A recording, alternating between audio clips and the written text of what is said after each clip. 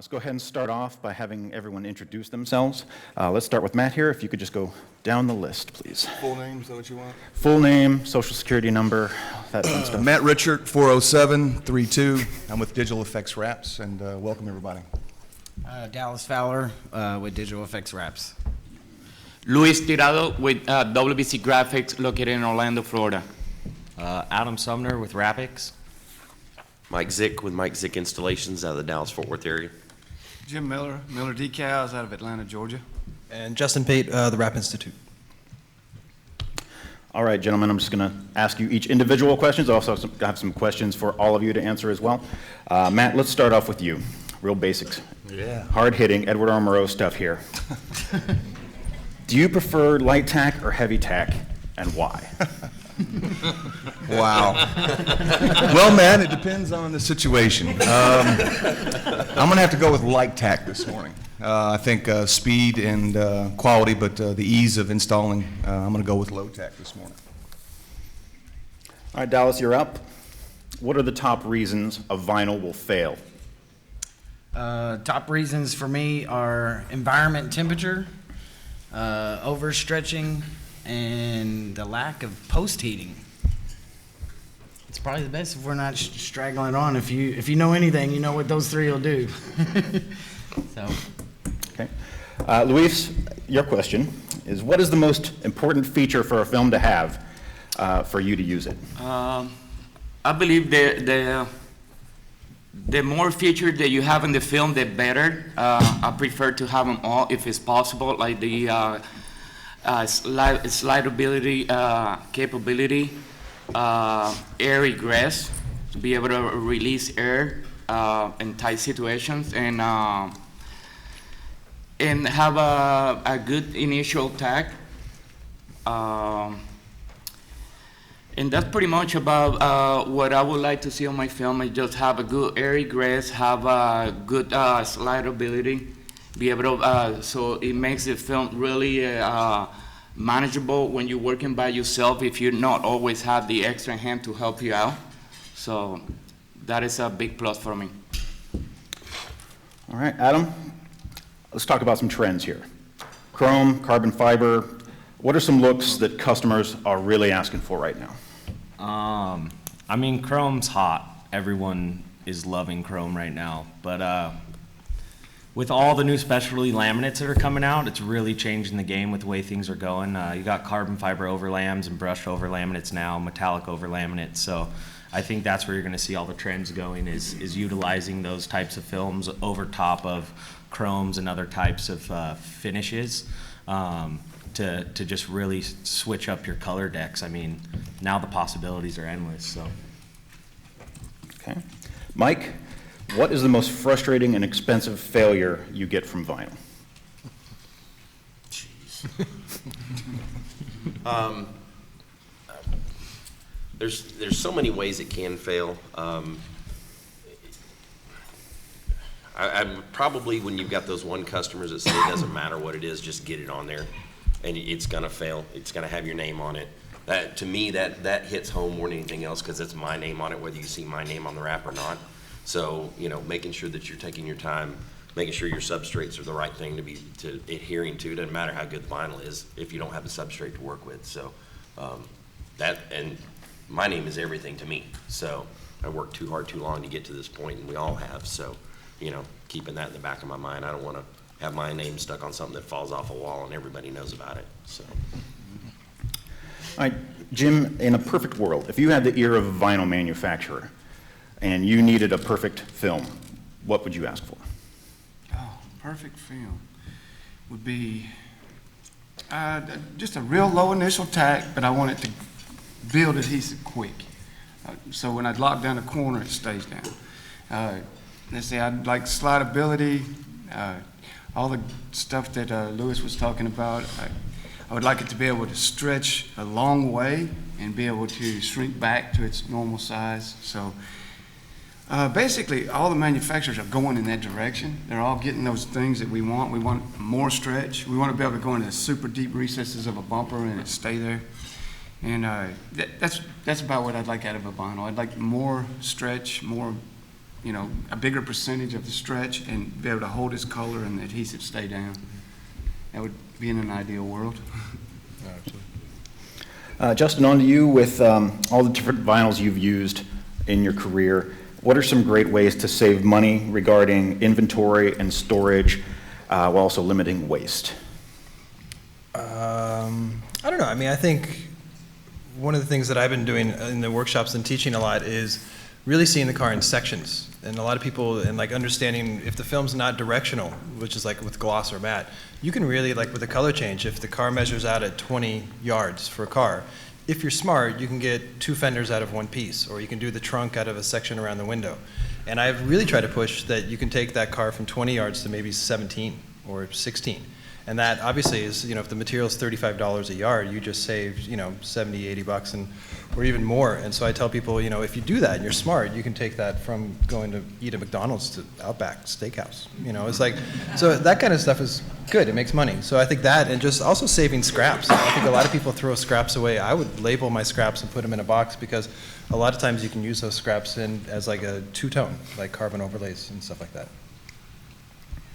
All right, this one I would like all of you to kind of chime in on. What is the most difficult thing you've ever wrapped? Let's start with you, Matt, just go down the list. Well, Dallas and I are at the same company, so we've done a fair amount, but I would have to say a coffin, if you want to be real honest, you know, for me. Why? Yeah. Why? It was full. Yeah, someone was in it, yeah.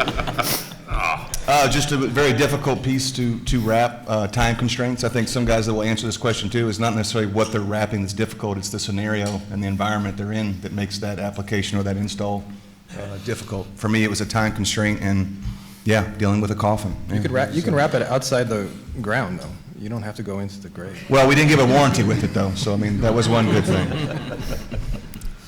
Dallas.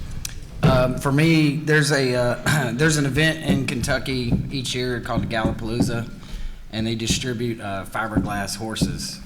So for me, no Lambos, but fiberglass horse seems to be the most difficult. It's on our Facebook, but you know, pretty neat. 2 days of install, no flats whatsoever. And then it gets kind of interesting when you're actually on the bottom side of the horse and you're thinking, looking up, and it's like, oh, all right, well. We've got pictures of that as well. Yeah, it's on our Facebook and things, but it was neat, fun event. But to me, you know, if I could do it and show people that has been the most interesting for me at this point. Well, for me, I would say more like the Spider-Man ride vehicles at Universal Studios. Is a fiberglass body with a lot of curves and concave and deep channels and all the above, and barely any place to make a seam where you can hide it. Bigger than 54. So did it with very good stretchable media. It was a very fun job. It was difficult, but other than that, small things to me are more difficult than anything else. Helmets, motorcycles, some of these new bumpers that we see nowadays, they making this car like they don't want them to be wrapped. It's like, why are you putting this wrap around this wheel well, right? Why? But those are challenges that we need to face every day if you want to be good at it. If we want to do things that you competitors can do, it just focus and analyzing the things that you think they're impossible. That's always the way to do it. Never be afraid Jump in. or anything that you might don't think you can do, but be aware of small objects are very difficult to wrap. Oh man, I think, I mean, I've done a lot of difficult stuff, but I do a lot of stuff for the event industry and the studio industry, so we do a lot of red carpet events and things like that, and they come up with some crazy stuff that needs to be wrapped. We did some life-size Minions for the Minion ride at Universal in Hollywood, so those were pretty fun. They're really hard to get over the head, you know. It's just like they were about this wide, and you're using a 60-inch piece to just try and stretch the whole thing down. So it took a lot of extra hands and stuff like that, but it was fun, you know. So I'd say that was probably one of the most difficult ones. Probably the most difficult one I can think of off the top of my head is some custom-made rear fender skirts for a Peterbilt? Yeah, Peterbilt. Peterbilt. It was, the overall length of the material was over 15 feet, and I had to use a piece that was 5 foot wide, 15 feet, and we're going over contours and everything else. I didn't want any seams, it was all in carbon fiber, and it was a one-off deal, so it was a lot of pressure, and doing it by myself, it was a little interesting. Cool. It looked cool too. Oh, yeah. Thanks. I guess we were talking about environments. We had to wrap a 8-story blimp, and it was a perfect circle, and it's wrapped like a soccer ball. So all the little lines had to meet up, but it's 8 stories tall, and they paneled it like orange peel. It started little slivers and got bigger and fat all the way up to almost 60 inches, and then came back down. And they engineered it completely. But the thing they didn't take into consideration is when it's 10 degrees hotter or 20 degrees hotter, the blimp actually was 2 feet bigger. I mean, it's 80 feet as it was. And then it'd get 2 feet bigger on a hot day, and in the mornings it'd be smaller. So we didn't really take it into a calculation. We just made it work. We just kept adjusting and making it. Yeah, we recalculated our theories, and it ended up looking pretty cool. But to get it to match up all the way around, top to bottom, and all the way around over an 80-foot circle was pretty challenging. Wow. I got nothing. I think my hardest one was this was probably, I've been wrapping for 6 years, and someone said, you want to go to Chicago and wrap an RV? So they flew me out, and I got there at 8 o'clock at night, and the picture I saw of the RV was very flat, and very nice RV, as we all know. And what was the actual RV when I got there it was a different RV, which had like 6-inch recessed areas on the back, had awnings on the side that wouldn't come off, everything had silicone around the side. So a job that I was kind of hoping would take 10 hours took 27. So, yeah. I extended my flight back on that one. So, plus I forgot my squeegee, which was awesome. So that was with 2 credit cards and a paper towel. Wow, that was fun. Yeah. Never forgot one since, huh? No. All right, Matt, let's head back to you here. In a perfect world, well, actually, let's just be realistic. How fast should a 2-man crew be able to wrap a Ford Sprinter van? Matt, you sound like one of my clients. How much to wrap a vehicle for? That's the wrong answer. What's that Sprinter? Are we talking long axle, short axle? For us, 2 guys with a Sprinter, we'll probably say, 10 hours, 12 hours? In a real world, if we're doing window perf and the whole 9 and roof, it could take us 2 guys, 2 full days to get it done the proper way out of our shop. We're not super fast, but a large Sprinter would take at least 2 days to install for us. Yeah. Adding 3 guys could knock it down to a day. But I think a lot has, I just have been noticing too, my story lately is lamination, that people are still using the wrong lamination for Sprinters and stuff like that. Like, I teach obviously a lot for Avery Dennison, and they have 1060, which is 2 mil, and this is for flat, and then 1460s for recessed areas. Right. And I still see people using 1060, and it just doesn't work on a Sprinter, and that's going to add to your time, and I think that makes a big difference. Absolutely. Materials are huge. Materials are huge. And your environment as well, so there's 100%. A lot of things that go in play with it, so. Absolutely. Well, I think that's too is if we printed it or was the kit shipped to us. Yeah. Who Changes produced the whole- graphic as well? Yeah. So. That changes the whole scenario. And pre-mask on top of it always helps. Sometimes some people prefer to have horizontal panels. It's less panels that you need to line up, and some others, if you're working by yourself, you might just want to have vertical panels and can go along really fast. Sometimes it takes just as long to clean a vehicle than it does to install it, because you wanna clean completely thorough and make sure you don't have to come back, and once you start pulling the back and realizing, oh, this is not clean, and you're gonna have a lot of downtime by just like going back and forward, just making sure everything's clean. Could take 4 to 5 hours sometimes if the vehicle is completely dirty, even if it's brand new from the dealership.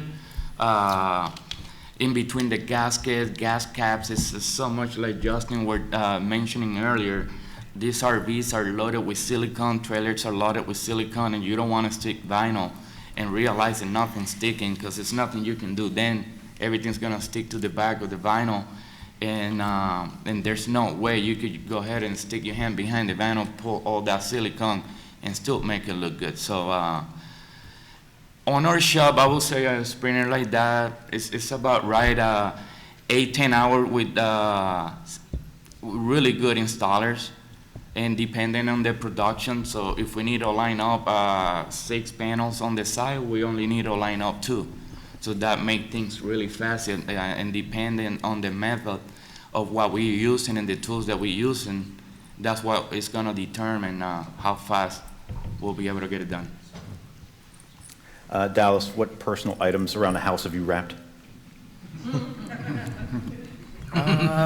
Well, as of right now, Glad your answer. as of right now in our dining room, full wall wrap around, like chairs down. Found a cool image online. Of course, amazingly, I'm horrible with colors and picking out furniture, so I let her do all that, and I just kind of find a cool image. But that, and then all my son's Xbox and PlayStations, I think we have all of them. Unfortunately, each Christmas seems like the newest one seems to be the new thing, but just a lot of fun stuff like that. There's, in our basement, which is where we hang out. It's a fun area. Walls are wrapped down there, and but not too much. I have wrapped quite a bit of things. I've put wraps on shoes for the hip hop guys, and we've done some interesting things. But at the house, really just in our dining room, and then just some fun stuff. I've wrapped skateboards and just some other things like that. So nothing too crazy. Okay. Luis, is there anything that you've wrapped outside of vehicles that you wonder why you aren't wrapping more of? Yes, buildings. I love them. They're big. Things go fast. It's a lot of square footage. There's less to clean, less gaskets, less silicone, and all the above. I mean, I like walls. Walls are flat. They seem to be easy, but they're not as easy as a lot of people will think. There's a lot of failures on walls just due to the fact that nowadays we get a new paint manufacturer from China every day with low VOC paints, and believe it or not, you put a set of graphics on a wall, tomorrow morning you come back and they'll be hanging. So we have to clean the wall just like we clean car, wiping down with alcohol, in most cases apply heat when you're done just to make sure you get a good bond. But yes, I would say big structures, building, big walls, I love them. Okay. Adam, when you're quoting a job and somebody requests a specialty film like a carbon fiber or chrome, when they say that, how much time do you add on to the installation estimate for each specialty type of film? Oh, man. That's a loaded question. Every case is different, Typically, we found, we did a couple BMWs in full carbon fiber and things like that, and, we found that it took on average on stuff like that, for carbon fibers and brush, it usually takes about 4+ hours or so extra, depending if you're working by yourself. You got an extra set of hands, maybe 2 hours more than what you're normally used to. Chromes, it's just, it depends on the car, man. With chrome, slower is faster, So if you try to rush through things, you're going to be redoing a lot of stuff because it's a lot more difficult and more tedious to work with. So, I'd say on average, you're looking at about 4 to 6 hours or so, depending on your skill level of extra time, on a specialty wrap like that. Mike, let's tell me if you can determine if a car is unworthy for a wrap because of age and condition, and how do you determine that? Oh yeah, it's absolutely very easy to do that. I try and do a pre-inspection of every vehicle that comes in, looking for anything. I've had guys come in with rust on the vehicles, and we don't see much rust in Texas, but it'll come down. You really just start looking at paint sheen. You look at the condition of the paint. You see if the clear coat's flaking off. You're looking for a lot of times, and the big one that gets hidden most of the times are the plastic bumpers, because they look great, but if you see a little difference in the sheen or a little orange peel in it or a little overspray, that's probably been resprayed. I pulled paint off bumpers not realizing, because it was done so well I couldn't tell. But if that bumper's not prepped correctly when it's sprayed or before it's sprayed, that paint's not really adhering to that bumper like it needs to. So you run into parts where you'll you really need to check out that vehicle, do a pre-inspection, make sure, everything's done, even with getting a repaint, after being in a collision or something. You need to make sure that paint's outgassing long enough, because that paint will go dormant when it's cold, and it'll fire back off again when it warms up. And you'll have bubbles everywhere, and they're coming back to you going, where did all these come from? So it's really, really important to do a pre-inspection on it and take good notes and photograph things, and get the customer to sign off on it, going, hey, I found a dent here, and I've got scratches here, I've got issues here, here, and here. We got to make a call. Are we doing this or not? And usually I'll walk away from a wrap if the paint in the vehicle's not good enough. And just, I don't want it. Let me go do something else, because I know I'm going to have issues with it. So, Okay. Jim, you get the grenade question of the day. Who is the best rapper in the business, and what shop is doing the best work?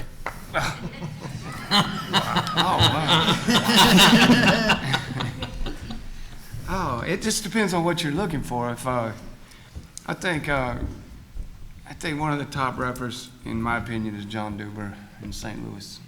I think he's an incredible rapper. And if you're looking for design, I think Kevin out of New Orleans is gonna kill it. I think those two guys kind of shine in my eyes. As being some of the best installers. All right, Justin, walk us through, in summary, the workflow of prospecting to delivery. Starting from just install, or? Yeah, just actually walk me through how people approach you for a job. How do you get most of your clients and then take it to there? When I was working in New York, I was just an installer. I've never printed, I've never designed, I've never done anything. It was just, for the longest time, and I still think it's word of mouth. You just get a good reputation and people start calling you. You start building a good clientele. I had probably 5 clients and I got 350 cars a year out of them. So it's just, for me, it's word of mouth. So once they get that, they just call me up, like, are you free Monday? And I'm like, sure, what do you got? So then, for me, I think my biggest secret was with the people that I said, here's my price point if I get this material. So for me, it was all material based. For me, that's how I feel like I made the most money, because I can't tell you how many times we're like, we got this new material and we're wondering if you want to try it. Do you want to try it? And what that told me was, we got a really cheap material that's hyper aggressive and sucks. So I just said, I'm happy to do it, but my price goes up 40%. So I just freak them out. So, and then I would get, there's 2 brands that I only worked with. So I said, if you give me this and this, my price is this. If you give me anything else, my price is this.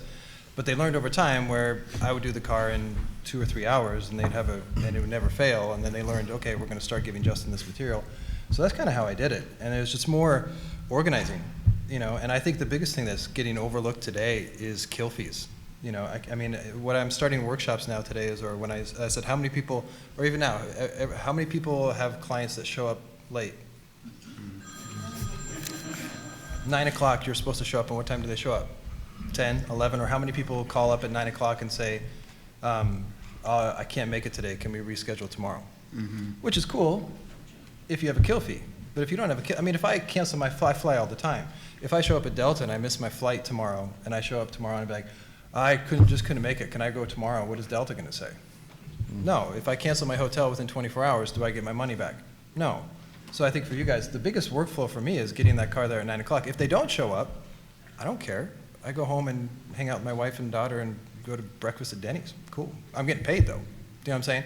So I think that's the biggest workflow for me, because then I don't care, because if they don't show up, awesome. Okay. So I guess that's for me. Then once it gets started, I just have the client leave. There's no way the client's watching me wrap. So get the client out of the garage as fast as possible. Because then I could wrap fast and then they could come back. But the client that sits in a lawn chair and watches you wrap sucks. Mm-hmm. Oh, yeah. Yeah. So that's, for me, I guess, the biggest thing. Okay. Question for everyone here. When I say unique wrap, I hate the term most unique, but when I say unique wrap, what do you think of? It's like the most unique wrap you've ever seen. Wow. It's another crazy question. I think it depends on the client's mind, what they like. We've put a graphic on a young kid's motor scooter, and they loved it. To me, it was unique to see the smile on a kid's face. Back to, we talked earlier on, this is not to be grim, about the coffins. They actually had kid coffins that they wrapped with certain colors that the daughter or the young boy liked, and to that family it meant the world to them. I think more than anything now that what we've been doing, Wrap Buddies has been around for a while, but Dallas has been doing a lot of prosthetic legs in Louisville with Coase Air Children's Hospital. We're doing a lot more with kids. To me, it's amazing what a 12-inch by 30-inch decal can do for a kid and a family versus having to wrap an entire vehicle. And for us and for a lot of people that are doing it as well, it's a cool way to kind of give back to the community and the industry. So for me, that's more rewarding than wrapping a fleet of vehicles, is seeing a guy or a young kid with a graphic on their leg that now that they feel a little more special. I think Dallas, one guy said that now I feel like they don't look at me, they look at me and can give me a thumbs up if that's a really cool graphic on my prosthetic. So to me, that would be my answer. Yep. I guess he kind of, we share a lot of the same experiences. No, and it is because the one kid is 12 years old and was born without hands or legs. And, you know, it was cool. We got to meet Derek Jeter, and we got permission, and we threw a New York Yankees wrap on it. And, you know, he goes to Chicago, and this kid can actually play baseball, you know, having no hands. And so it was kind of inspiring seeing that. I actually went home to my son that day, and I said, if you ever tell me you can't do something, you know.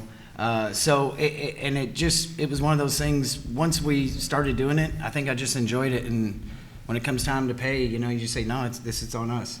This makes us so happy just to do this for that small amount of time. And, you know, I actually do a police officer and a paramedic right now who both are amputees, and they get just as happy as the 12-year-old kid.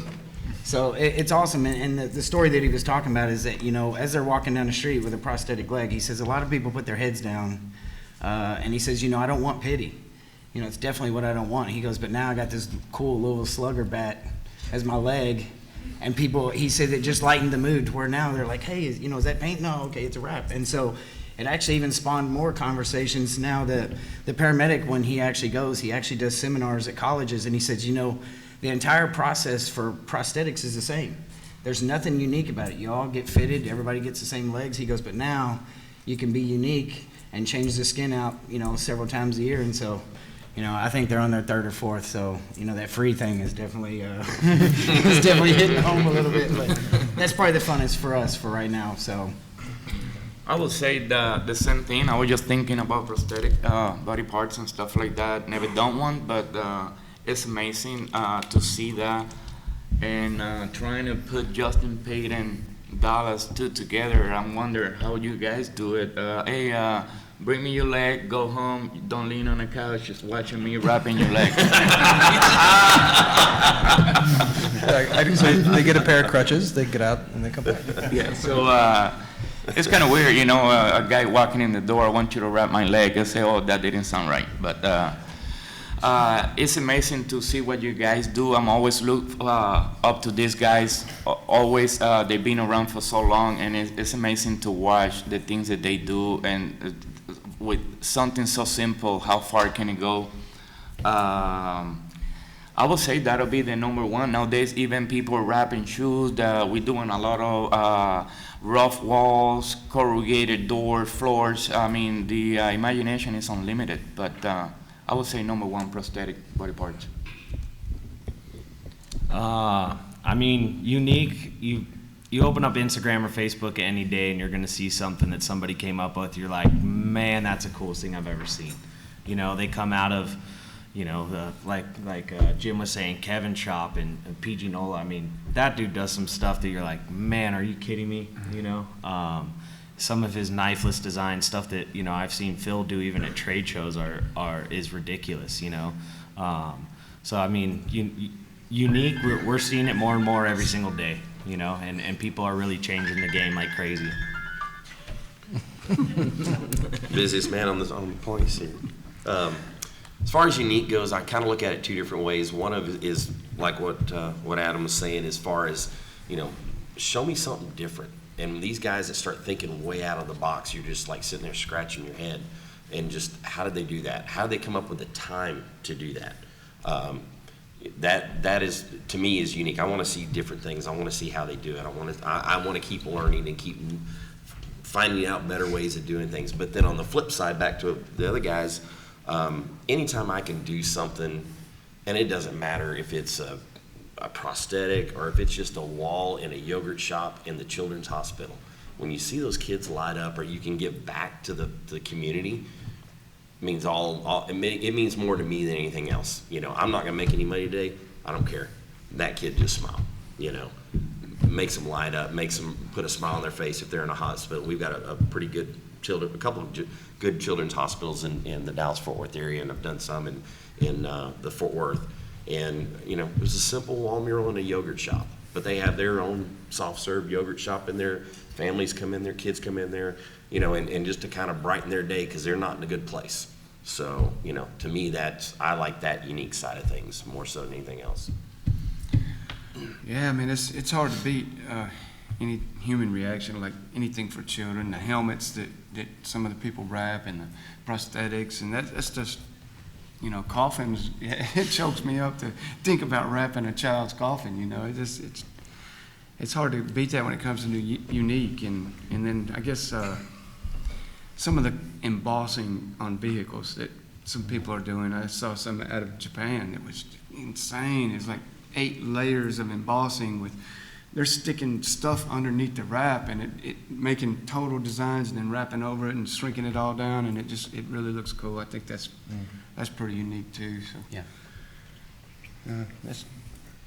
That's about it. And I think, I don't know, you guys all know, I think one of my favorites, still commercial graphics are still for me pretty boring as a whole. It's usually like logo, phone number, URL. And I still think the bus from Copenhagen years ago that was like the snake crushing the bus, Mm-hmm. I still think when I saw that, I was like, holy, that's awesome. I'm sorry.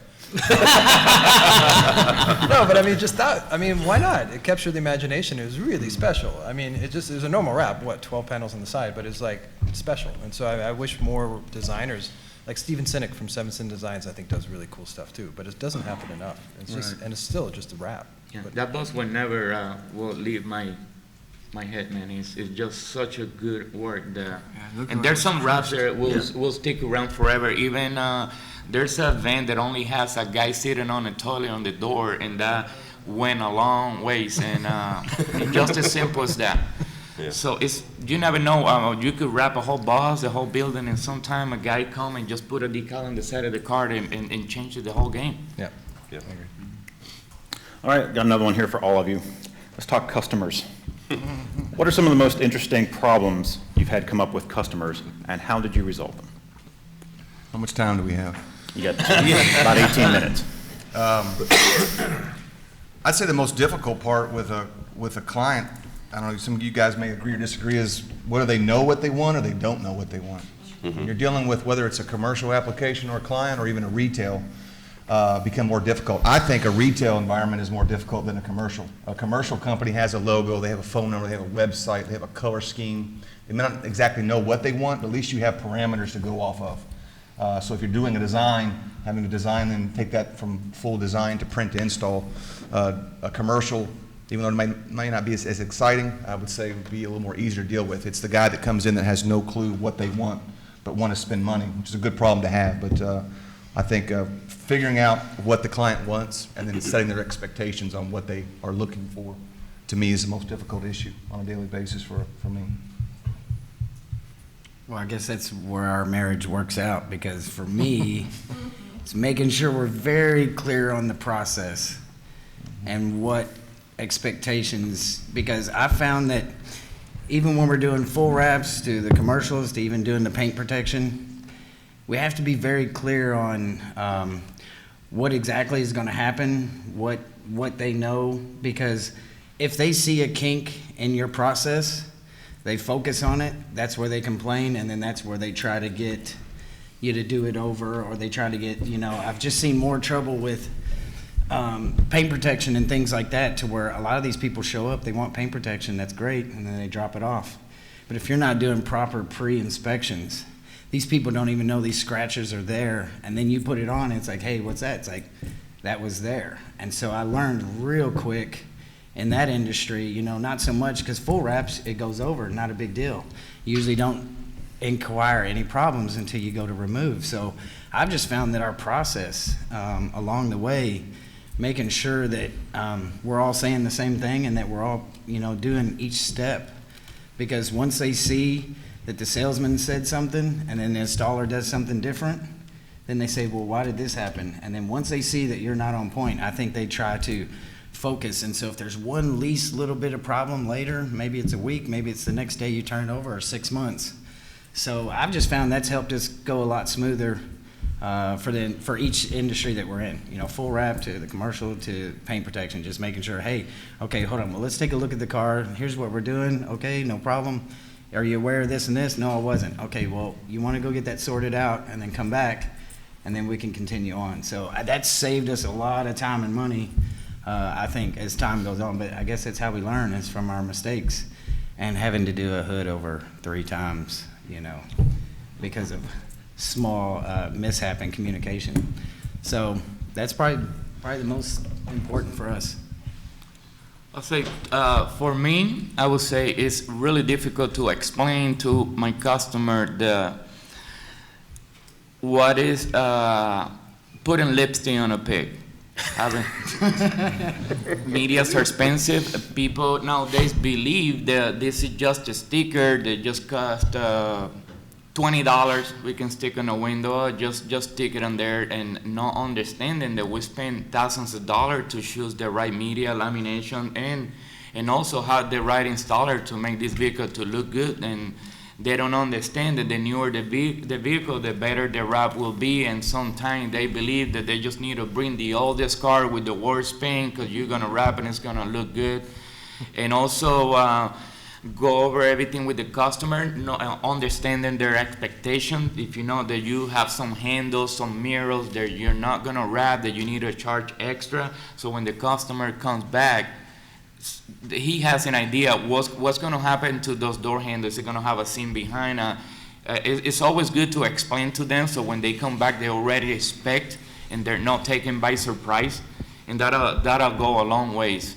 Versus having a customer, oh, well, you should have told me this before. I thought that this was like, the more you can explain to the customer, the more successful the process will be all the way throughout. So I would suggest be clear and let the customer know all the ins and outs about the wraps or whatever you're doing for them. I would say the thing I need to explain the most is the whole designing process. Because you get people that come in and say, hey, I got this stack of cash, I want to get these 5 vans wrapped, and you know, do whatever you want. Well, so what I do is I come up with 3 quick comps as fast as I can, less than an hour each, you know, so my designers only got 3 hours in them, and I send it over and I say, pick one, you know, and then in the design process, I give them 1 or 2 rounds of revisions, depending on how complicated the design is. But when that round of revisions, they go from choice 1 to choice 3, they're like, you know what, I like 3 better.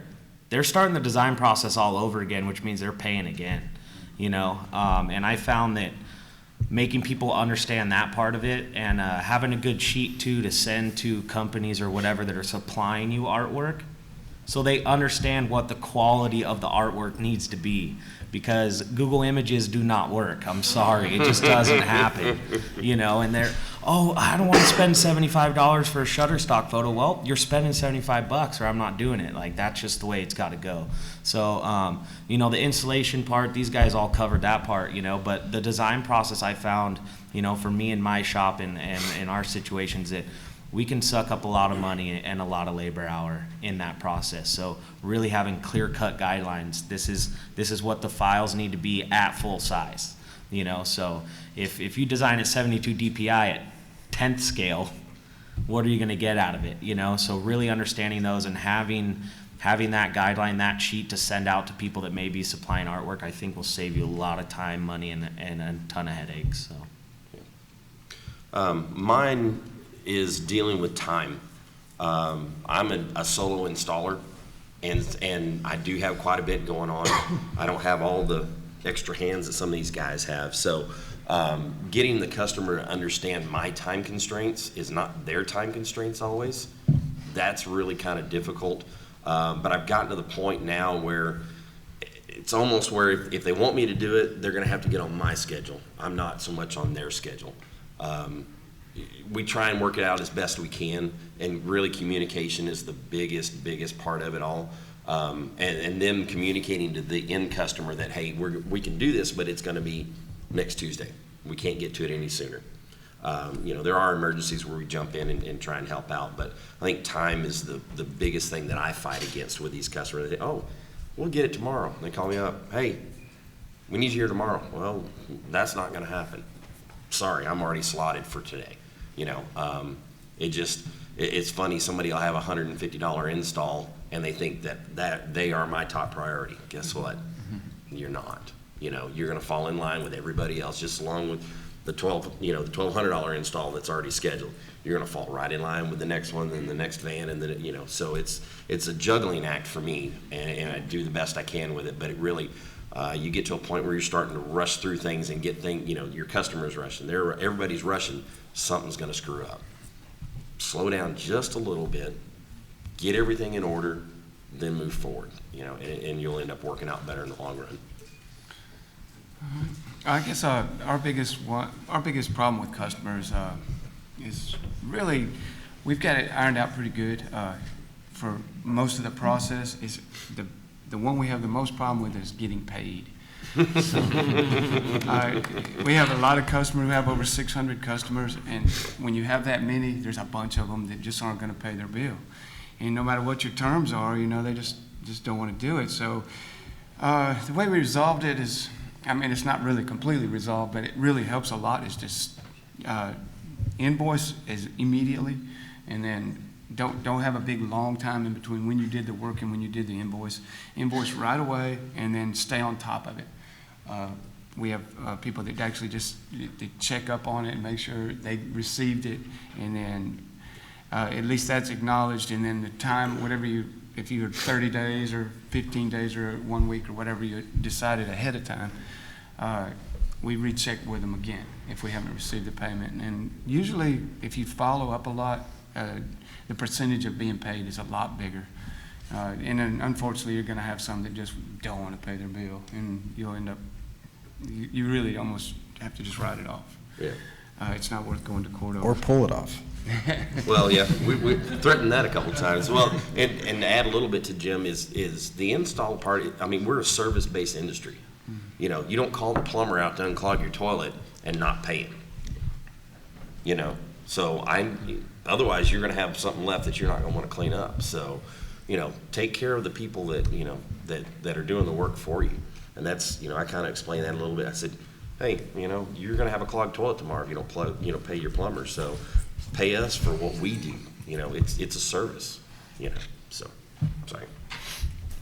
I think for me, it's all about time, because I was an installer and I never sold a job, so I didn't have to schmooze the client or do anything like that. So when whoever's dropping off the car, whether it was a client or someone for the client, there was always a conversation. So the first year is always how's traffic, how's life, how's school, or whatever. And so which is cool, but my job is to get it on and get it off, because I want to go home, to be honest with you. So what I learned is a simple trick is I had a book of all my pictures, and now I would just have it on an iPad or something like that, and it'd be a lot of pictures. So when they get out of the car, I shake their hand, say hi, I say, here's my book. They look at the book, and by the time they're done looking at the book, I'm already cleaning and taking hardware off, and I'm busy. And they see that I'm busy, and then they don't talk to me. And I'm not trying to be a dick, but I'm there to wrap the car, and if I'm done and I have time to talk to him, cool. But it's the biggest thing is, this is like Groundhog's Day, and you guys know it too. It's how many times, what is wrapping, what is full print? It's cool, and it's a good conversation, because this industry is still new, and how many people don't know about this industry? So it's the same conversation every time, and I don't want to have that conversation. I just want to go home. So that picture book saved me a lot of time, but it also turned into a selling tool, because then they got other ideas for designs or cars and stuff like that. But for me, it was about working. I don't want to have a conversation. I want to work, because then I want to beat home rush hour traffic. And if I have that conversation, then I'm stuck in traffic. And it sounds cold, but that's how I make money, because I'm there to make money. I'm not there to talk. So maybe that is cold, but I found that worked. The picture book was great. It really saved a lot of time. So that was good. Okay. Guys, I got time for probably about one more question, real quick. If you could answer it for me in a PG way there, Justin. What is your most high-profile job that you've ever done, and was it at all different than everything you do every day? High profile. Well, we're from Kentucky, so there's not going to be much profile that we could really utilize. I don't know. I'd have to say, yeah, we've met Ron White, Tater Salad, the comedian. You know that, guys? And his brother-in-law who's a comedian too, owns a tequila company, and I happen to like tequila, so we've been doing a lot of rapping for their RVs, promotional stuff, and been able to actually kind of hang out with those guys the past couple of years. So that's, for us, kind of a cool thing to deal with some comedy guys and rapping their vehicles and some of their promotional vehicles. So that would probably be for us. Yeah, I think same if we can group those together, We right? can group. We're married. We're good. All right. We're good. Well, I think that working with Universal Studio is been a pleasure for me to get to see so many things that behind scenes. There's so much that I want to go on social media and say, yeah, I did this, I did that, and unfortunately, we cannot always do that. We do a lot of sign a lot of confidential agreement for these companies and to protect their products and their development and stuff like that. We just gotta keep it to ourselves, but I had done some big structure this year. I accomplished several structures over there, and it makes me, every time I look at a step back and I say, wow, I remember when I first started pulling the backing of the first panel and how everything had come together, dealing with the scaffolding, dealing with lift, working third shift, dealing with contractors, bad surfaces. I mean, it's always a challenge. And it breaks the routine from just doing vans, sprinters, and color changeovers. So to me, Universal Studios been a very good experience. I would say that'll be, for me, the one. I'd say vehicle-wise, we just did we wrapped a car for Tesla for the unveiling of the Model 3. So that was pretty rad to see that, and all the photos had been posted all over the place about it. So that was pretty awesome, and we just finished up the premiere party for the new season of Game of Thrones. We did the entire ballroom at the Roosevelt Hotel in Hollywood. Wrapped every wall. It was like 5,370 square feet. So it was up for 4 hours, and then we ripped it down. So, it's I got paid for sure, but it was fun, and seeing I do a lot of stuff like that, the red carpet style events, and that type of stuff to me is definitely the most high profile, because you see it on every major TV station and stuff like that. So that kind of stuff's cool. I think for me, it goes back to the fenders I was talking about earlier. It was for a one-off truck that was being built by Roush Racing, Peterbilt, and Walmart. It was a hybrid semi-truck, and we're doing a partial wrap on that up at Roush Racing in Detroit. Dude, I'm from Dallas. I don't go to Detroit. That's just total different world for me.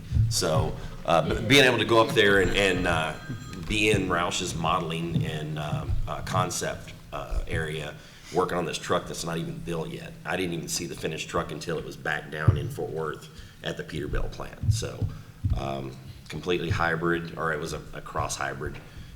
Doors slide back on the side of the truck for like sliding car doors. The driver sat in the center of the truck, didn't sit on the sides. Mirrors were cameras. I mean, it was really wild, really wild. Yeah, it was cool. Living in Atlanta, we have a lot of sports figures, and we have to sign a lot of confidential agreements like Lewis was talking about, so we can't really talk about a lot of those, but one of the real fun ones we did was Country Music Awards for Little Big Town.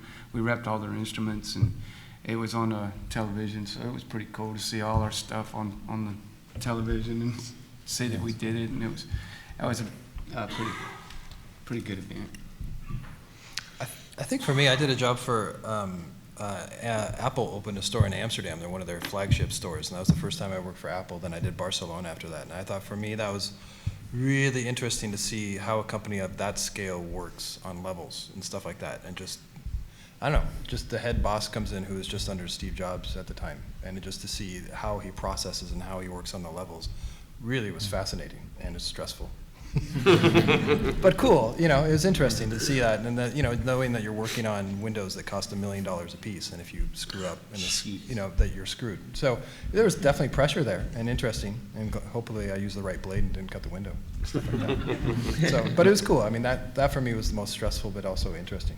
No Wu-Tang Clan? That would have been my The top Wu-Tang one. Clan, I can tell you Come some on, stories. dude. Yeah. I thought you were going to break out. That's for tonight. Okay. That's for tonight. Thank you very much. Thanks, guys.